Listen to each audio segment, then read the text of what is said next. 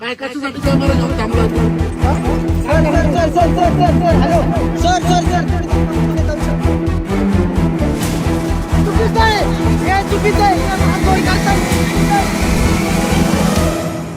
शेतकऱ्यांच्या नावाने योजना निघतात, बँका कर्ज देतात आणि जेव्हा शेतकरी ते कर्ज फेडतात तेव्हा त्याला काय मिळतं?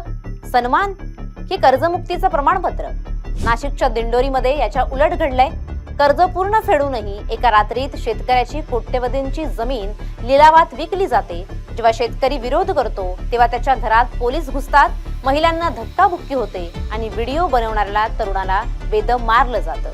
ही कायद्याची अंमलबजावणी आहे की कायद्याच्या आडून चालवलेली सावकारी? पहा हा विशेष स्पेशल रिपोर्ट. काय कशासाठी कॅमेरा घेऊन थांबला तू?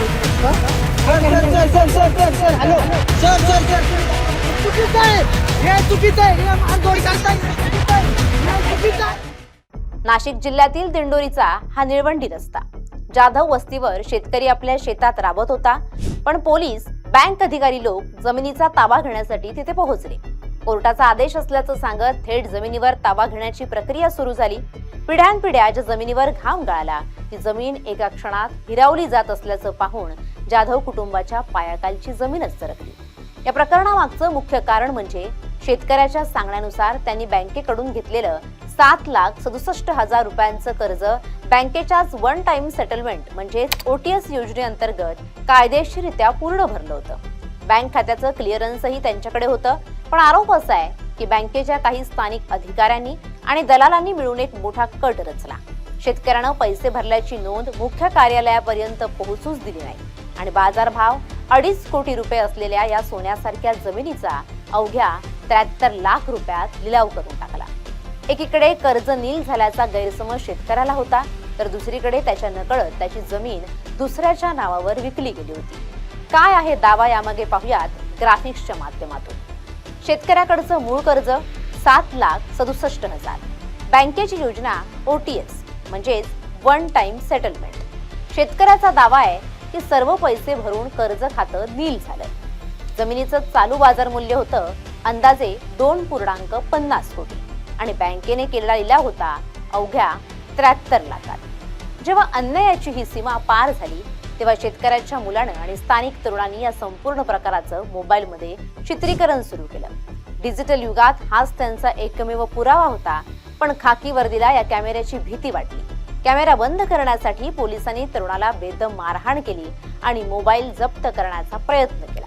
हा व्हिडिओ सोशल मीडियावर व्हायरल झालाय आणि या मारहाणीमुळे पोलिसांच्या भूमिकेवर गंभीर प्रश्नचिन्ह निर्माण झाले आहे. साहेब आले, साहेबांनी गच्ची पकडली आणि मारहाण केली. मला मारहाण केली.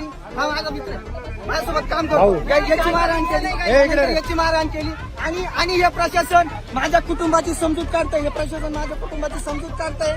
हा त्या साहेबांनी समजून सांगत होते हे चुकीचं कृत्य केलं, यांनी मारहाण केली ना आता म्हणता का समजून सांगतोय. यांची समजून सांगायची पद्धत अशी आहे का यायचं सामान्य माणसाची गच्ची धरायची त्याच्या कानफडात लावायची. ही प्रशासनाची दादागिरी चालू आहे इथं. हे भंगार प्रशासन आहे. दिसतं यांना लहान दिसतं या प्रशासनाला लाजा वाटल्या पाहिजे या लोकांना.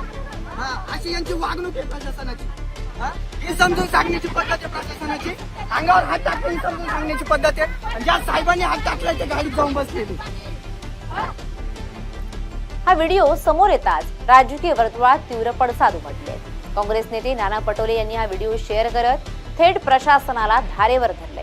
हा पुरोगामी महाराष्ट्र आहे की हुकुमशाही असा सवाल करत त्यांनी दोषी बँक अधिकारी आणि पोलिसांवर तात्काळ निलंबनाची आणि उच्चस्तरीय चौकशीची मागणी केली. तर दुसरीकडे नाशिक पोलीस प्रशासनानं आपली बाजू मांडली आहे. पोलिसांनी स्पष्ट केलंय की आम्ही न्यायालयाच्या आदेशाचं पालन करत होतो. बँकेला जमिनीचा ताबा मिळवून देणं हे आमचं कायदेशीर कर्तव्य होतं. पोलीस कोणत्याही वैयक्तिक आक्षेपोटी तिथे गेले नव्हते. पोलीस कोर्टाच्या आदेशाचं पालन करत होते हे कायदेशीरदृष्ट्या योग्य मानूया, पण आमचा सवाल थेट यंत्रणेला आहे. शेतकऱ्यानं OTS अंतर्गत पैसे भरले होते तर त्याची नोंद बँकेच्या सिस्टीम मध्ये का झाली नाही? 2.5 कोटींची जमीन फक्त 73 लाखात लिलाव होईपर्यंत वरिष्ठ बँक अधिकारी झोपले होते का? अन्यायाचा व्हिडिओ बनवणं हा गुन्हा आहे का? मग त्या तरुणाला पोलिसांनी मारहाण का केली? हा लढा आता फक्त दिंडोरीतील एका शेतकरी कुटुंबाचा राहिलेला नाहीये. हा लढा संपूर्ण महाराष्ट्रातील त्या प्रत्येक शेतकऱ्याचा आहे जो बँकेच्या या क्लिष्ट कागदपत्रांच्या खेळात अशिक्षितपणामुळे किंवा साधेपणामुळे अडकतो। या प्रकरणाची सखोल आणि निष्पक्ष चौकशी झालीच पाहिजे, तरच शेतकऱ्याचा या व्यवस्थेवरचा विश्वास टिकून राहील।